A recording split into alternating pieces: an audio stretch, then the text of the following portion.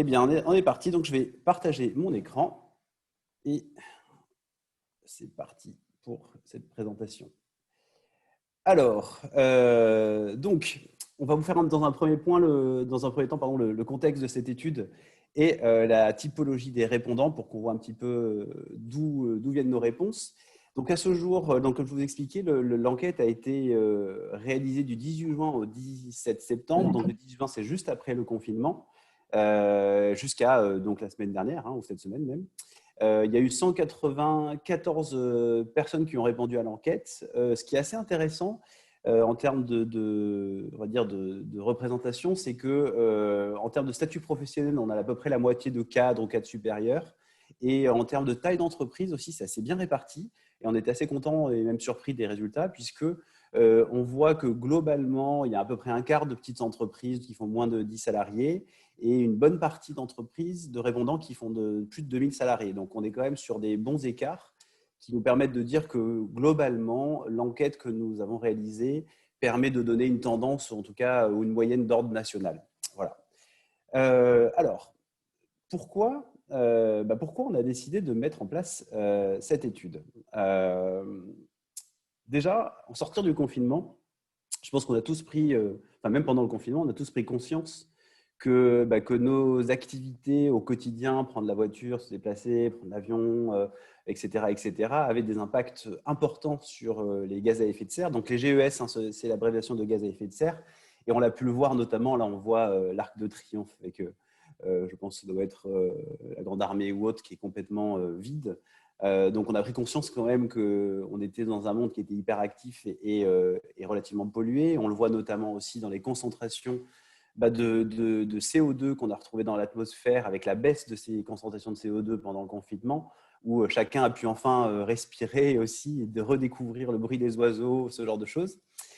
Et puis enfin, on a tous subi dans un premier temps, et puis après on s'y est accommodé, avec le télétravail qui s'est démocratisé, qui est devenu entre guillemets une norme. Et en fait, la question qu'on a voulu se poser par le biais de cette enquête, c'est est-ce que le Covid et le confinement lié au Covid ont-ils accéléré la prise de considération, la prise de conscience de ces enjeux climatiques dans les stratégies de développement des entreprises? Alors, pour y répondre, on va regarder un petit peu l'ensemble des questions qu'on a pu vous poser, puisque je sais qu'il y a pas mal d'entre vous qui ont répondu à cette enquête. Donc, voilà, vous voyez globalement ce que ça donne. À la question, donc, la crise sanitaire a-t-elle fait évoluer durablement l'organisation de votre entreprise au profit du télétravail? On voit que globalement, il y a un avant et un après, c'est-à-dire que globalement, la moitié des répondants aujourd'hui resteront en télétravail, alors soit à 100%, soit à mi-temps ou à temps partiel, mais clairement, il y a un avant et un après. À partir de maintenant, le télétravail est devenu monnaie courante, on va dire, dans les entreprises. Ce qui est assez amusant, c'est qu'il y a encore 4% des entreprises qui pourraient télétravailler, mais qui sont encore, j'ai envie de dire, à l'ancienne école et qui préfèrent avoir les collaborateurs directement sur site. On verra aussi que c'est important aujourd'hui en tant que chef d'entreprise de prendre conscience de ces enjeux-là, notamment pour pouvoir attirer les talents. Si on passe au point suivant, à la question suite à la période de confinement, votre entreprise a-t-elle décidé de réorganiser ses espaces de travail? Eh bien, on voit que clairement, on est sur quelque chose d'assez mitigé. Alors, à savoir, il faut quand même modérer ces chiffres-là. On voit qu'il y a 42% des entreprises qui vont revoir complètement leur organisation, 47% qui, en priori, ne vont rien faire, et puis 11% qui sont dans l'incertitude. Ça fait un peu penser à des scores d'élections municipales. On a toujours le centre, on ne sait pas trop sur lequel on va se positionner. Quoi qu'il en soit, ça démontre aussi que cette incertitude aujourd'hui fait se poser beaucoup de questions auprès des entreprises et le fait qu'il y a quand même 42% qui veulent changer leur organisation est quand même un fait marquant. On le voit aujourd'hui notamment malheureusement par rapport aux vagues de licenciements qu'on connaît partout en France. Il y a un double effet évidemment, c'est effectivement la perte d'effectifs dans beaucoup d'entreprises qui ont perdu beaucoup d'activités pendant cette période-là. Et puis évidemment, le fait qu'il n'y ait plus grand monde au bureau avec les risques sanitaires que l'on connaît. Donc voilà, sur ce point-là, c'est intéressant si vous posez ces questions-là, sachez que vous n'êtes pas les seuls. Sur la Juste, partie… je réponds, Charles, à la Ouais, question de Claire Schwartz oui, sur quand on dit réorganiser l'espace de travail, qu'est-ce qu'on entend par là? Mais dans les questions, dans les réponses qu'on avait identifiées, il y avait passage au flex office, augmenter le télétravail, peut-être réduire l'espace aussi de bureau pour voilà, parce qu'on sera en temps partagé, un petit peu à domicile, un peu sur le temps sur le lieu de travail. Donc il y avait plusieurs possibilités, mais voilà, on voit que ces questions, enfin sur cette question, il y a peu d'inertie par rapport au télétravail qui peut être mis en place immédiatement et que je pense que les réponses telles qu'on les a aujourd'hui peut-être seraient un peu différentes si on les posait dans 4, 5 ou 6 mois, parce que les entreprises auraient aussi un peu de recul sur cette question-là. Mais voilà, il y avait pas mal de questions, de réponses ouais. différentes en tout cas. Oui, n'hésitez pas, si on peut y répondre au fur et à mesure, on le fera. Après, on a prévu un format court aujourd'hui. Le but, c'est que ce ne soit pas un webinaire qui dure des heures. Donc, on est vraiment sur un format relativement court. On va aller assez vite. Maintenant, n'hésitez pas, si vous avez des questions, on va essayer d'y répondre au fur et à mesure. Et de toute façon, on a prévu un temps un peu plus long à la fin pour ceux qui veulent rester et qui n'enchaînent pas sur une réunion à 14 heures pour avoir un petit temps d'échange. Par contre, juste, effectivement, on voit quand même que le grand gagnant, entre guillemets, de cette réorganisation, c'est le flex office. C'est la tendance la plus importante avec 14% des réponses. En parlant de grands gagnants, justement, la crise sanitaire du Covid a-t-elle fait évoluer votre manière de vous rendre sur votre lieu de travail? Alors, il y a plusieurs aspects là-dedans. Le premier point, déjà, c'est qu'il y a 54% des personnes qui disent non, globalement, ça ne va pas changer grand-chose à mes habitudes pour me rendre sur mon lieu de travail. Maintenant, on parlait de grands gagnants. Le grand gagnant, justement, du confinement, c'est le vélo. Alors, on s'est posé la question, nous, est-ce que finalement, le fait qu'il y ait 14% de personnes donc, qui décident désormais de prendre des transports doux et principalement le vélo, est-ce que c'est dû au fait de prendre des risques en étant dans les transports en commun sur le plan sanitaire, donc on a plutôt envie d'être sur du transport individuel? Est-ce que c'est dû au fait qu'on a passé 3 mois relativement enfermés pour une bonne partie des citadins, donc l'envie de profiter du beau temps, de l'air frais, etc. Ou est-ce que c'est aussi concomitant avec les grandes mesures qui ont été lancées dans les grandes villes de France aujourd'hui, avec l'installation notamment d'un nombre incroyable de pistes cyclables? Donc nous, on pense que c'est un ensemble, que ça a été un enjeu politique sur les derniers mois, même les dernières années, et qu'aujourd'hui, je pense que cet enjeu est relativement gagné. Le vélo, enfin, les grandes villes sont en train de devenir clairement dédiées au vélo, et ça explique, on va dire, je pense que le confinement a dû clairement aider dans ce sens-là. Euh, on passe au stade suivant. Donc, est-ce que la crise, alors ça, je trouvais que c'était une slide très intéressante, une question intéressante. Est-ce que finalement, cette crise vous a fait réfléchir à changer de lieu d'habitation pour vivre une vie moins urbaine? Et là, ça a été pour nous une révélation. Plus de la moitié des personnes qui ont répondu à cette enquête ont dit que oui, ils avaient songé ou ils comptaient déménager dans les prochains mois à 51%, donc c'est quand même un chiffre incroyable, et dont plus de 10% qui décident de vivre à plus de 200 km de leur lieu actuel. Alors, on se doute qu'il y a dû y avoir pas mal de réponses parisiennes dans tout ça, donc on imagine pas mal de personnes qui vont descendre du côté du sud de la France ou en Loire-Atlantique, où il y a déjà des flux assez importants de Parisiens. Maintenant, ça évoque quelque chose d'important quand on est chef d'entreprise aujourd'hui, c'est que, et on reviendra dessus, c'est qu'il va falloir s'adapter à ça. Il va falloir s'adapter à cette nouvelle manière de travailler, au fait que les collaborateurs soient potentiellement loin et plébiscitent ce point-là. Mais on va revenir dessus. Et ce que ça pose comme question derrière, c'est est-ce qu'on arrivera enfin à une politique qu'on aurait voulu mener depuis des années, qui est sur la décentralisation de l'emploi, qui est trop basée dans les grandes villes en France, en tout cas. Est-ce qu'on va vers finalement une meilleure répartition de l'emploi en France? Et ça va même pousser la réflexion. Est-ce qu'on ne risque pas notamment d'avoir soit une augmentation des salaires en région, voire une baisse des salaires, entre guillemets, en Île-de-France pour les personnes déportées? C'est quelque chose qui probablement qui risque d'arriver dans les prochains mois. Est-ce qu'on paye aussi bien quelqu'un qui est loin de chez lui? Est-ce qu'on lui paye ses allers-retours pour venir au bureau? C'est plein de questions qu'on peut se poser, qu'on peut potentiellement aussi poser dans une prochaine enquête. Je vais laisser Florian parler de la partie carbone pure. Alors, on s'est posé 4 questions. On est plutôt sur les pratiques des entreprises. Et la première question, on voulait faire un point sur les entreprises qui ont réalisé un bilan carbone ou un bilan de gaz à effet de serre sur les 3 dernières années. Les chiffres nous montrent qu'on a un quart des entreprises qui l'ont fait. Alors, c'est un peu disparate en fonction de la taille, mais grosso modo, il y a 20% des entreprises de moins de 50 salariés qui ont réalisé un bilan de gaz à effet de serre. Et sur les entreprises de plus de 500 salariés, on est à 35%.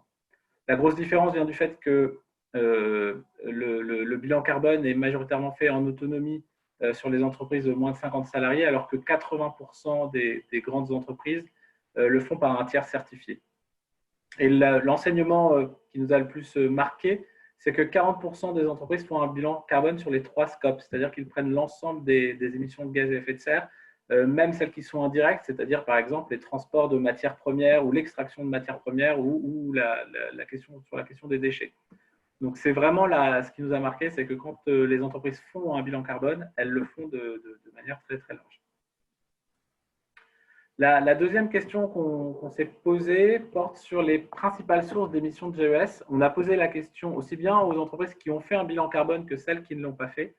Et les réponses sont assez éloquentes puisqu'elles correspondent de façon assez exacte aux études de l'ADEME.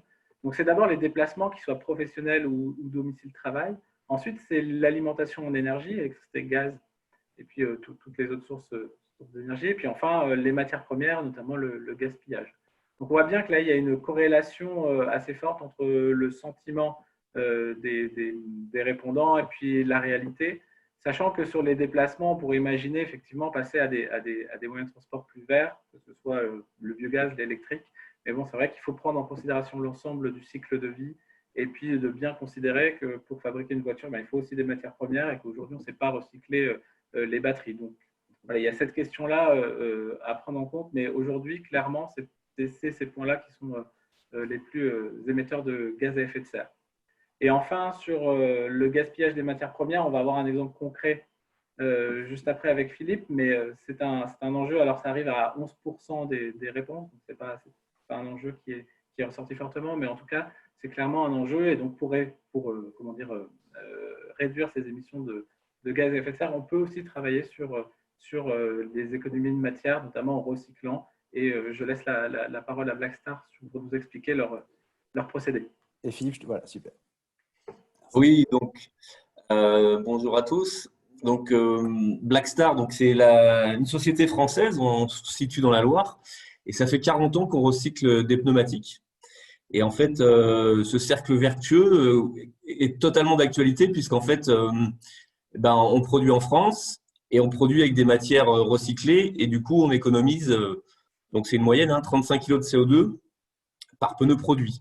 Ce qui veut dire que quand on fait un bilan carbone, on a vu sur le slide précédent, dans les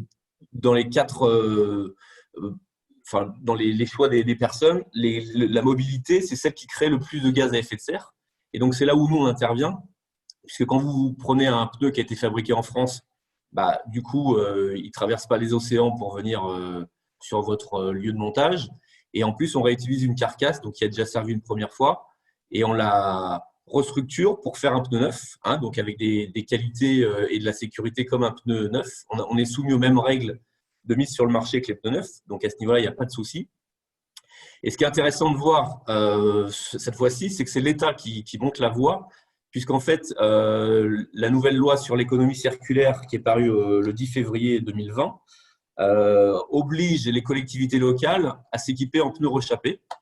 Ce qui veut dire qu'il y a vraiment une prise de conscience sur des choses qu'on ne pense pas forcément, parce que mobilité, on pense tout de suite véhicule électrique, on va moins faire de gaz à effet de serre et tout. Oui, certes, mais il y a aussi des choses auxquelles on ne pense pas, comme par exemple le pneumatique reconditionné qui permet d'améliorer son bilan carbone dans le cas d'une entreprise qui a beaucoup de véhicules, une flotte de véhicules. C'est absolument pas négligeable et c'est vraiment dans l'actualité par rapport à tout ce dont on vient de parler, puisque nous, on est dans l'économie circulaire, 100% français, on produit en France, on vend en France.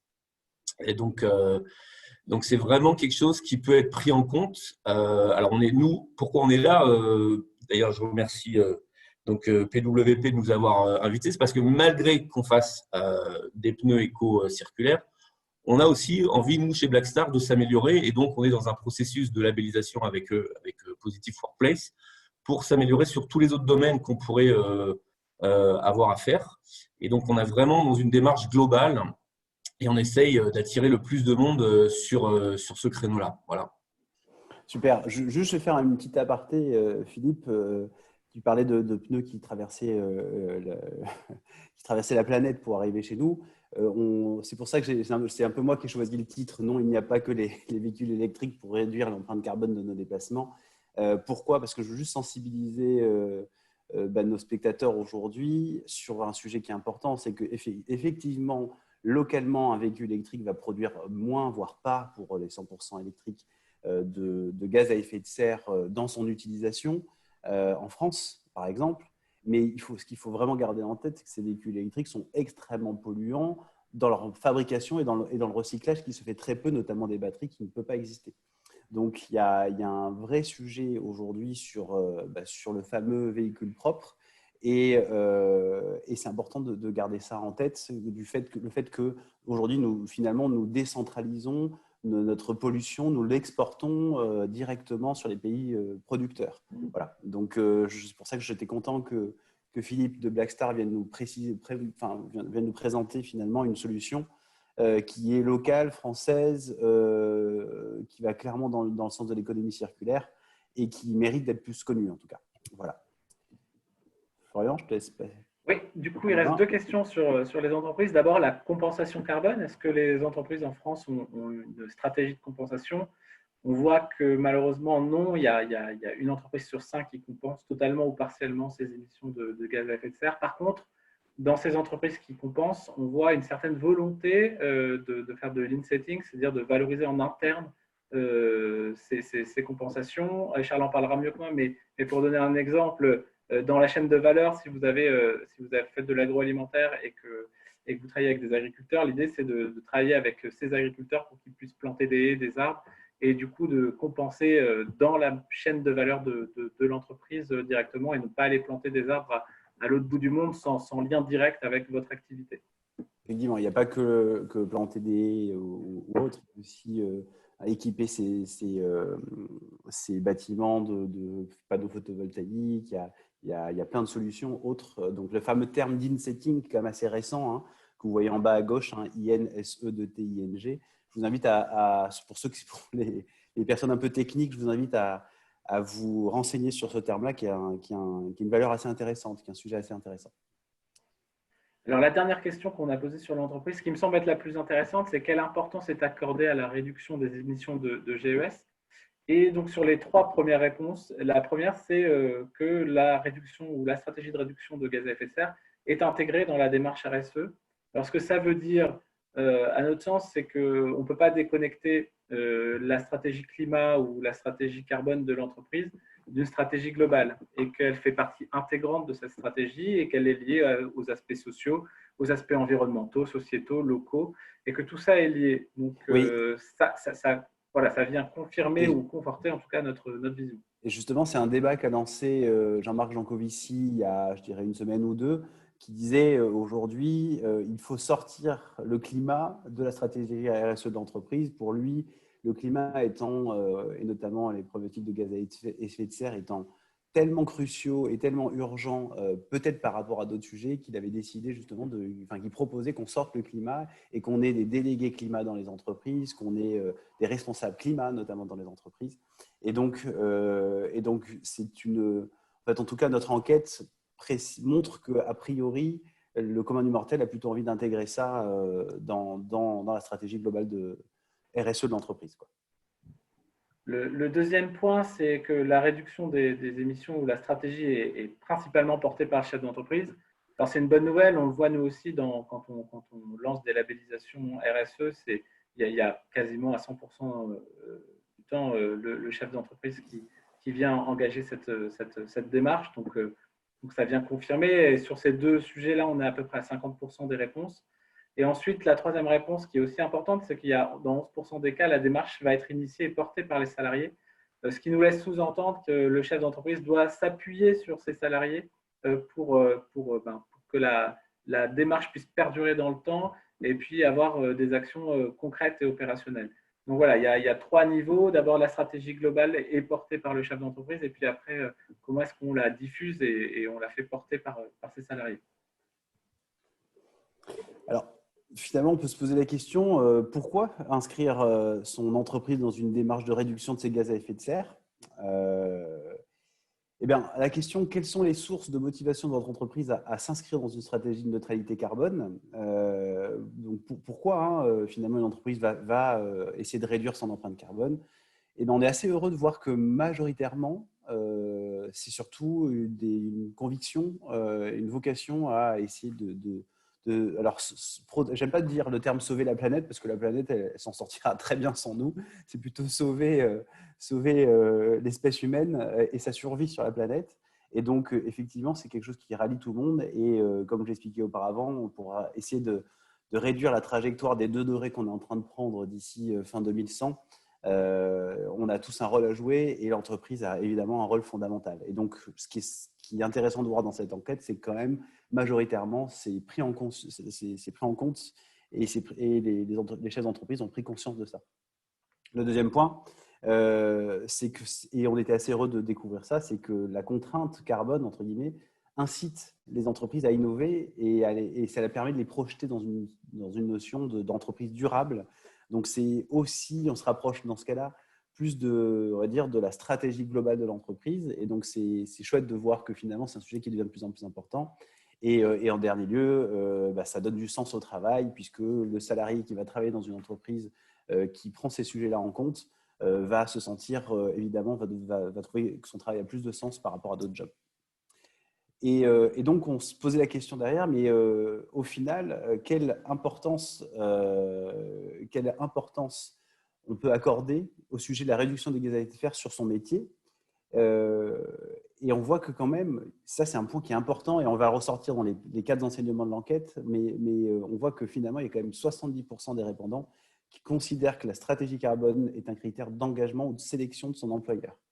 Ça veut dire quoi? On va revenir dessus, mais ça veut dire que si vous passez à côté de ce sujet-là, vous pouvez potentiellement, en tant que recruteur, passer à côté de 70% des candidats. Donc, c'est un point qui est quand même très important.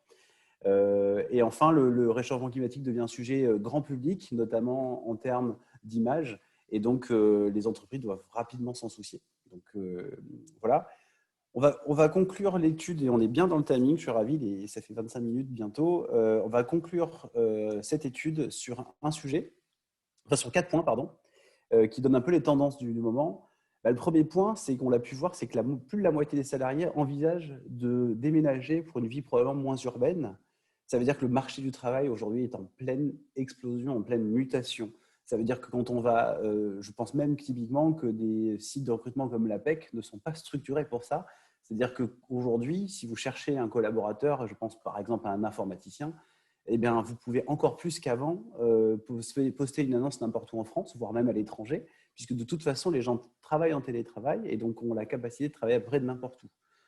Donc, ça va se poser des questions derrière de l'échelonnage ou de la massification des salaires ou de la… Je n'ai pas le bon terme, désolé, mais qu'est-ce qui va se passer au niveau des salaires? Est-ce qu'ils vont plutôt grimper, baisser, etc. Ça va clairement avoir un impact. Et ça va être aussi un enjeu pour ces entreprises d'arriver à capter déjà, puis de fidéliser ces salariés qui vont être déportés, qu'on ne va pas voir régulièrement. Donc, il y a un vrai enjeu aussi là-dessus. Deuxième point, c'est les principaux enjeux sont bien identifiés par les entreprises et ça, on est ravis de voir que ce soit en termes d'enjeux climatiques, tout le monde a mis en premier les déplacements, la logistique en deuxième, l'énergie, etc. Donc, on voit que finalement, en entreprise, en tout cas, on est conscient des enjeux et ça, c'est un point qui nous rassure. Et l'autre point qui est aussi sympa, c'est de voir que la place du vélo devient grandissante. Et donc, si demain, vous, en tant que chef d'entreprise, vous décidez, vous voulez recruter des collaborateurs, si vous passez à côté de ce sujet-là, de ne pas prévoir de garage à vélo, de ne pas prévoir potentiellement d'indemnité kilométrique vélo, de ne pas prévoir de bornes de recharge, de choses comme ça, eh ben, vous allez vous retrouver confronté à une problématique qui est évidente, c'est que vos salariés vont pas savoir, vont être gênés dans leur quotidien. Et comme en plus, ils ne vont pas y aller tous les jours, a priori au travail, donc ça va être encore plus visible. Troisième point, il y a encore 3 entreprises sur 4, donc c'est quand même énorme, et ça c'est un point qui est clé, qui n'ont jamais réalisé de bilan carbone. Donc ils n'ont même pas commencé à calculer leur gaz à effet de serre. Alors nous évidemment, on est dans un monde un peu particulier, celui de la RSE, où on est hyper spécialisé là-dedans et on baigne dedans tous les jours, mais malgré tout, le sujet du climat est un sujet qui touche tout le monde et on est assez convaincu que la première étape, c'est évidemment de mesurer. Et donc aujourd'hui, on est quand même loin d'atteindre la neutralité carbone dont beaucoup d'États ou d'entreprises parlent sous 2030 ou 2050, sachant qu'on est encore 3 sur 4 qui n'ont pas fait de bilan carbone. Et le dernier point, c'est pour une entreprise ne pas prendre en considération les enjeux carbone de ses activités, pourrait les priver de 70% de ses candidats potentiels lors de recrutement. Donc, ça va être aussi un enjeu clairement d'attractivité aussi, de prendre en compte ces sujets-là. Il ne faut pas basculer dans la notion de greenwashing, mais clairement, ça va être un enjeu d'attractivité. Voilà, on a fait le point. J'ai cru voir qu'il y avait encore des questions. Ou pas, je ne sais pas. Est-ce que vous avez des questions? N'hésitez pas à utiliser le chat. Et ce que je vous propose, c'est d'arrêter l'enregistrement là, parce que nous sommes autant que possible numériques responsables. Donc, tout ce qui n'est pas essentiel est inutile. Donc, est-ce que aujourd'hui, certains d'entre vous ont des questions par rapport à ce qu'on a pu présenter? Est-ce que certains d'entre vous ont des rapports d'étonnement, veulent prendre la main? Je peux individuellement permettre de parler à certains d'entre vous. Ou alors, vous pouvez utiliser le chat.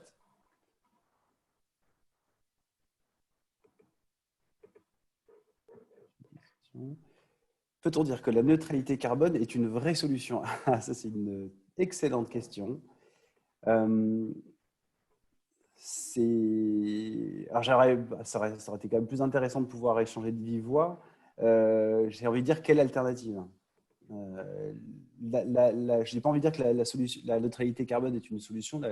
La neutralité carbone aujourd'hui est plutôt un point essentiel et incontournable, quoi. Mais est-ce que c'est la solution? C'est plus un objectif qu'une solution. C'est-à-dire que l'objectif, c'est la neutralité carbone et les solutions à mettre en place, elles sont variées. Ça peut être d'abord la réduction des émissions de gaz à effet de serre de l'entreprise. À notre sens, c'est le ERC, enfin éviter, réduire, compenser.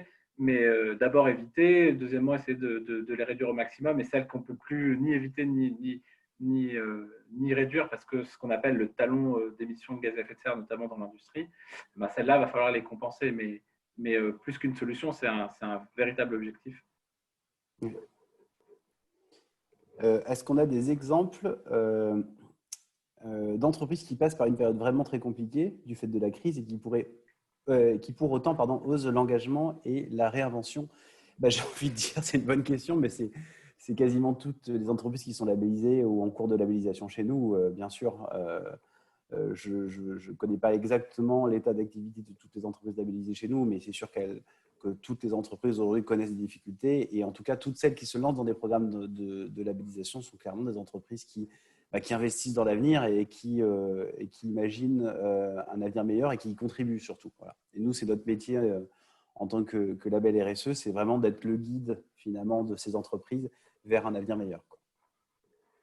Avec un côté très pragmatique. Là, on vous a donné pas mal de chiffres, mais l'idée, c'est qu'à l'issue d'un programme de labellisation, on remet un rapport qui est pas rédigé que par nous, j'ai envie de dire, mais aussi par les parties prenantes, parce que c'est notre différenciation, c'est qu'on va interroger salariés, clients et fournisseurs. Donc, ça nous permet de récupérer toute l'information et de pouvoir la délivrer à l'entreprise qui passe le label et qui, derrière, a ses vrais enjeux et qui correspondent aussi aux enjeux de ses parties prenantes. Sandrine, le profil des répondants, lieu de résidence, lieu de travail, taille entreprise, serait à affiner pour avoir une analyse plus fine. Est-ce prévu? Non, ce n'est pas prévu parce que ça nous prend énormément de temps déjà de faire ce genre d'études. Maintenant, on peut effectivement, Sandrine, si tu as des questions, n'hésite pas si tu as une question un peu plus précise, on peut l'extrapoler par rapport à notre gros fichier Excel et on pourra te répondre. Mais effectivement, après, c'est le même débat qu'on peut avoir avec nos enquêtes parties prenantes. On se retrouve régulièrement avec des milliards, entre guillemets, j'exagère un peu, mais des milliers de données. Maintenant, laquelle est la plus intéressante à avoir et à mettre en avant? Généralement, on regarde ce qui sort des moyennes, quoi. D'autres questions? Il est 14h01. Eh bien, parfait. Je vous remercie fortement pour avoir participé à ce webinaire. J'espère que vous avez trouvé ça intéressant, que vous allez ressortir avec des idées. N'hésitez pas à parler de nous. Aujourd'hui, donc, le label existe depuis à peu près 1 an. On a démarré en pleine grève des transports. Ensuite, on a eu le confinement, etc. Donc, on a la chance d'avoir un démarrage très prometteur malgré le contexte. Maintenant, tous les contacts sont les bienvenus et on serait ravis de vous accompagner. La force aussi qu'on a, c'est qu'on est capable d'adresser des startups, donc des petites entreprises sur lesquelles on a décidé de donner un prix libre pour le label. À la différence d'un rapport de 50 pages qu'on rend pour une entreprise conventionnelle, c'est 1 heure de notre temps pour analyser la data, et ce qui nous permet d'être ultra compétitif. Voilà. N'hésitez pas à nous suivre sur les réseaux sociaux et je vous souhaite à tous et à toutes une belle après-midi et merci de nous avoir suivis. Au revoir.